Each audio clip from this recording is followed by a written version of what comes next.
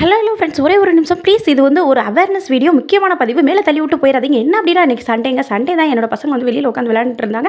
நான் சரின்ட்டு வேகமாக தோசை ஊற்றிட்டு இருந்தேன். சரி, பாப்பாவும் தம்பியும் சாப்பிட்டுட்டு இருந்தாங்க. பாப்பா வந்து கொஞ்சம் லேட்டாக சாப்பிட்டா, தம்பி வந்து வேகமாகவே சாப்பிட்டுட்டா.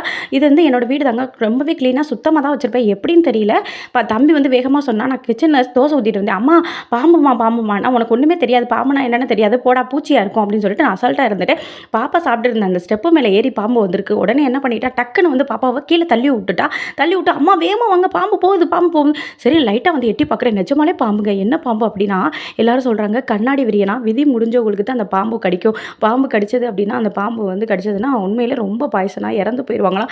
உண்மையிலே நான் வந்து கொஞ்சம் கேர்லெஸ்ஸாக இருந்தனால, கொஞ்சம் அசால்ட்டாக, என் பையனும் இல்லைன்னா என் பொண்ணுக்கு என்ன நிலைமையோ, அதனால தான் இன்றைக்கி நான் வீடியோ வந்து ஷேர் பண்ணுறேன். குழந்தைங்க தானே, சாதாரணமாக எதுவுமே தெரியாது அப்படின்னு நினைக்கக்கூடாது ஃப்ரெண்ட்ஸ். அவங்களுக்கு எல்லாமே தெரியும். ஸோ இது ஒரு அவேர்னஸ் வீடியோ. உங்களோட ஃப்ரெண்ட்ஸுக்கும் ஷேர் பண்ணுங்கள். தேங்க்யூ.